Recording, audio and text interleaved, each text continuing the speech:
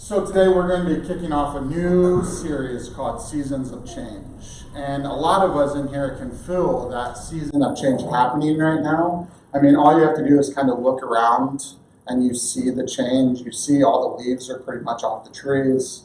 All the corn, beans are taken in. It's starting to get cold.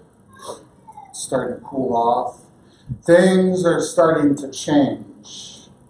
Not only is it changing around us with the weather and the leaves and the corn, but there's a lot of change in our lives also. Some of us are transitioning into parenthood. Some of us are dealing with that toddler phase. Some of us have teenagers that drive us absolutely crazy. Some of us are about to be grandparents, and some of us are seasoned grandparents. We've been through the changes. It's a fact of life that change will happen, and there's nothing that you can do to stop that change. I want you to imagine with me now, just like those kids, you're coming into a new place. Fog, like this morning, is laying low and you can barely see. You come on the edge of a valley and you can't see more than 3 feet in front of you. You are in this new place. You don't know what's going before you, and you know what has happened in the past. Not only that, you have burned all of your past, so you can't go back. There's this idea of burning ships. When people came here from England, when they got here, they secured themselves, they built a home, and then they burnt the ships. So there was no way back. There was no way back.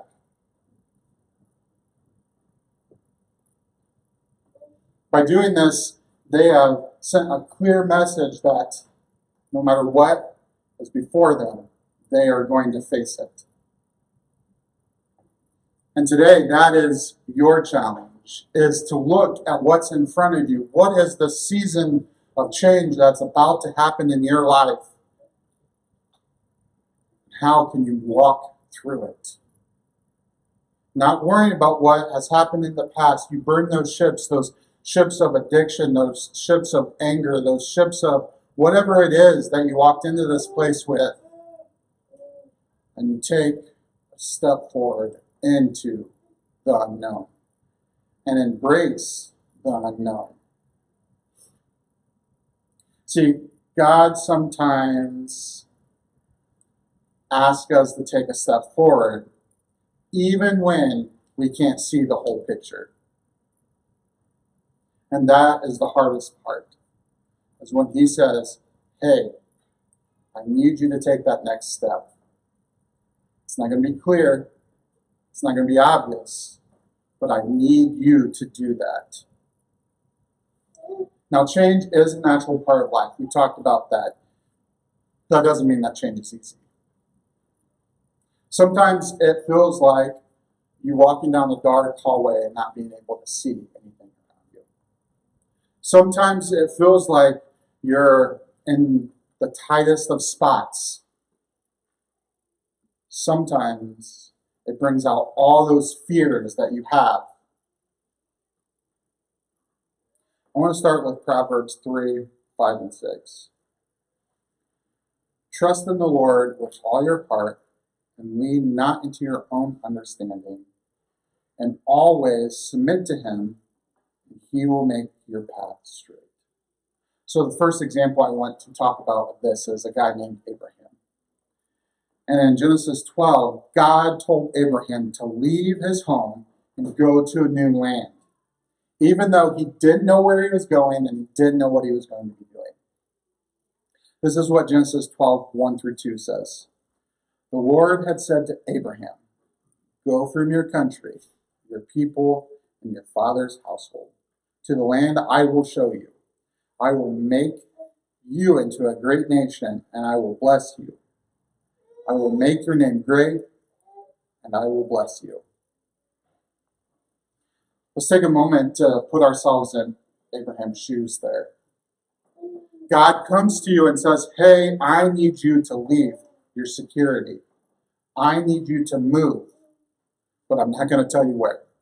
I just need you to go. See, Abraham, he had to leave his family. He had to leave his friends, his memories. He left all the comforts of his home. He knew every inch of his home, every inch of the town that he was in. And yet God still picked him up and said, I need you to go. And he left. And here's the kicker. When he left, he just told him to go. He didn't say, hey, I need you to go down 3 streets, take a right. He didn't give him Google Maps to tell him where to go. Actually, in fact, he didn't tell him anything. He just said, go. Now, I can imagine Abraham having a lot of questions in that moment. Where am I going? What's my itinerary? Am I on the right path? How will I know when I get there? Will my family be safe? These are all common questions that we would ask ourselves, right? And that's probably what Abraham was doing also. Yet, Abraham still went. He didn't have any timelines. He didn't have a thing to check off to say he got to the big road down on the rock, on the 3rd road, whatever. He just was going. Think of the courage and the faith that Abraham must have had. See, Abraham's identity was wrapped up in everything that he left. His identity was going to be different. Imagine the trust that you must have in those moments where God says, I need you to go. He couldn't predict what he was going to encounter. We can't predict what we're going to encounter when we finally say enough is enough. Those addictions that we carry with us, we are leaving. That anger, that family, that church, those things that have hurt us in the past, we are done with those things. We are moving forward. We have burnt the ships and we're only moving forward, not by ourselves. See, when God sent Abraham, he didn't say that Abraham was going to be by himself. God said he was going to be with Abraham every step of the way. And God says the same thing to us when he calls us to go. Often, the unknown is the best part. We don't know what it is that God has for us, but we can have the promise of knowing that we are walking into a promised land. Just like he promised Abraham. Like Abraham, sometimes God asks us to step out in faith, trust him, even when our futures are uncertain. Because that is what trust is about. Trust that God will provide even when we don't have the answers, even when we don't know where money's going to come from, even in those hard times. The next point I want to talk about is a story of Jesus and his disciples. See, Jesus and his disciples spent a lot of time together. And Jesus did a lot of hard work, and so Jesus needed to take naps. That's a guy that I can get behind, right? Yeah. So it was late on one day, and Jesus needed to get to the other side of the lake. And so Jesus decided that his disciples were going to take the boat. He was going to sleep in the boat, and once they got to the other side, then they could continue doing work. But on the Sea of Galilee, there's these huge storms that happen. When you start thinking of the sea, it's more than just like Diamond Lake. It's huge, and so these big, great storms come. And the guys that were steering the boat, the guys that were leading the boat across, they were fishermen, and so they would know how to handle a boat in a storm, right? But it talks about this storm being huge, so much so that the disciples were scared. So that must have been a really big storm. And during that storm, the wind was howling, the boat was rocking, and they were really scared. Even though Jesus was on the boat with them, they were really scared. There was water coming onto the boat, and what did they do? They ran around like their hair was on fire. So finally, they got Jesus up. Finally, they came to Jesus and said, Jesus, do you not care that this boat is about to sink? And this is one of those moments where I think Jesus was really upset. We see it a couple times in the Bible where Jesus just gets really upset, turning over the tables in the temple, but I think this is one of those moments. Jesus doesn't say anything to the disciples. He just looks at them and says, quiet, be still. And at that moment, the disciples were quiet and still, but he wasn't talking to them. He was talking to the wind, he was talking to the water. And at that moment, the wind and the water were still. See, when we have Jesus with us, in those moments, there's no reason to be afraid, right? But we still are. We are still there. His presence doesn't mean that there isn't going to be a storm. His presence means that we're going to be okay in that storm. And so after he said that to the wind, he turned to his disciples. And he said, why are you so afraid? Do you still have no faith? And I imagine that Jesus says that to us quite often. Why are you afraid? Why? Do you have no faith in me?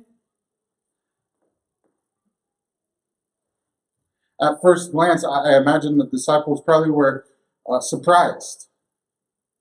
They probably were like, yeah, we are afraid. That was scary. We were in real danger in those moments. And Jesus is calling them out on the lack of faith they have in him. How many times in our life have we faced storms and we get so afraid? Our hearts start beating. Those moments of uncertainty, the fear, the doubt, we are just like those disciples. And I imagine God, Jesus comes into those moments and says, why are you afraid? I've got you. I've got you. See, the invitation is to stop measuring the size of the storm and start to measure how much presence he has in your life. Because when you have a lot of Jesus, those storms don't seem so bad. When you have a lot of Jesus, those addictions and those pains that you carry in here, those things don't seem so bad. When you have Jesus with you, when you go into this place that he's called you, it doesn't seem so bad because he's there. He's there. He may be sleeping, and we may have to wake him up, but he's there. We're all going to face storms. We're all dealing with things. But it's not those storms that define us. It's Jesus. Let's come back to Proverbs 3, 5 and 6. Trust in the Lord with all your heart and lean not on your understanding, and always submit to him, and he will make your paths straight. This is one of the most well-known Bible verses. A lot of people put this up on their mirrors or on a sticky note somewhere that they could see it, so they remember that they're going to trust in the Lord in all things. And remember not to worry about our things, but he will make our paths straight. See, God does promise that our paths will be straight. Now, those paths are straight, but they may not be smooth, right? You may have to go up and down hills. There may be rocks that you have to climb over, but it's going to be straight. When we lean into how we think we should go on this path, that is when we limit God and what he can do. But when we fully submit, we give God the space to lead us, that's when that overwhelmingly uncertainty goes away. I want to tell you about a guy named David Smallbone. His story is amazing. So David Smallbone was a music promoter in Australia. And he did really well for himself. And then things happened where the music scene kind of left Australia. And he didn't have a job. And so he was faced with, what does he do next? What is it that God's going to call him? So he had his wife, he had 6 little kids. And he had no idea what he was going to do. And so he felt this overwhelmingly thing come over him that says, hey, I need you to go to America. Now, Australia to America is a huge jump, right? And he had no job. They just got on a plane and went. When they got there, they had to find a place to live. And when they found a place to live, there was no guarantee that this place was going to be a great place. Actually, when they got there, they had no furniture. And so the kids had to pile coats and jackets on the floor and sleep on those things. Money was tight, but they worked at it together. So much so that they started cutting grass to make that extra money. They worked as a family.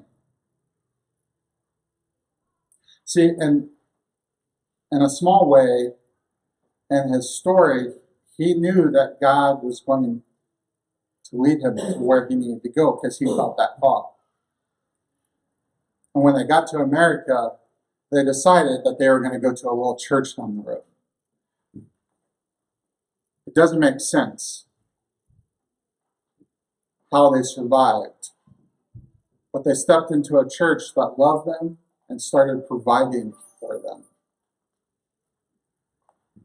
When they had no furniture, somehow furniture started showing up. They had no food. Bags of groceries started to show up at their door.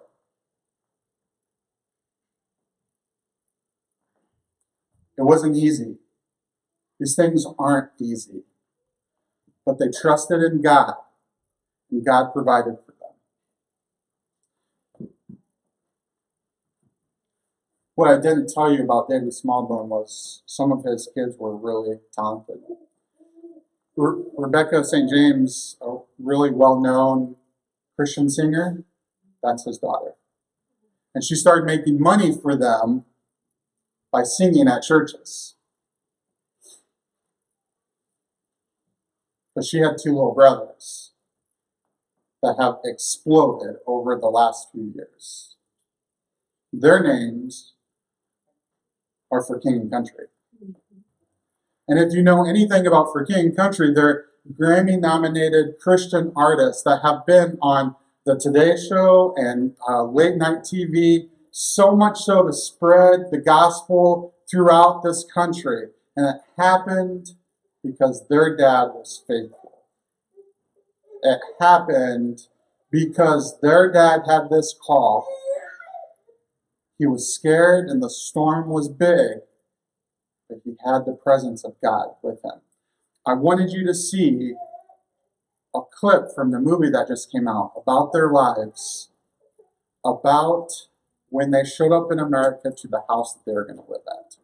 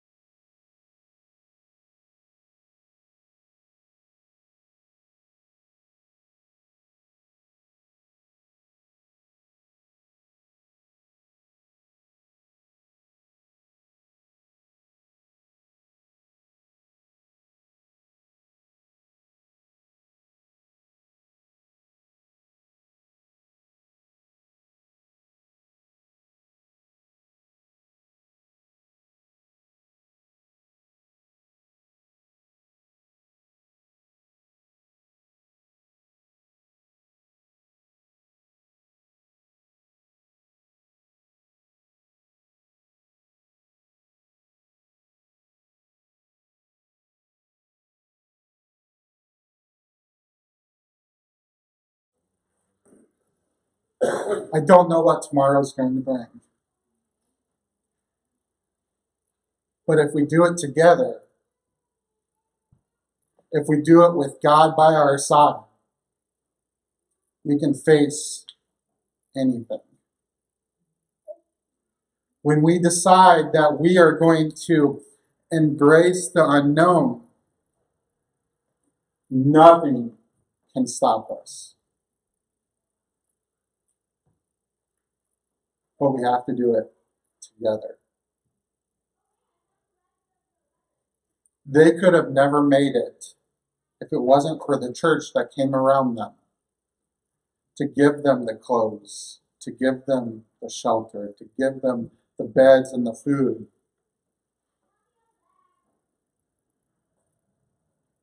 We can't do it by ourselves.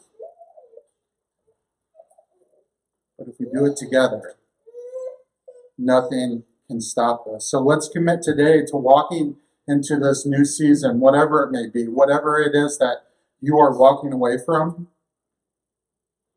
with courage, with faith, with unity. Let's lift each other up. Let's be there for one another. And know that we can't let God down. Because we're not holding him up. He's holding us up. In those moments when the storm may be crazy, be quiet. Be still. Don't be afraid. Because God is there for us.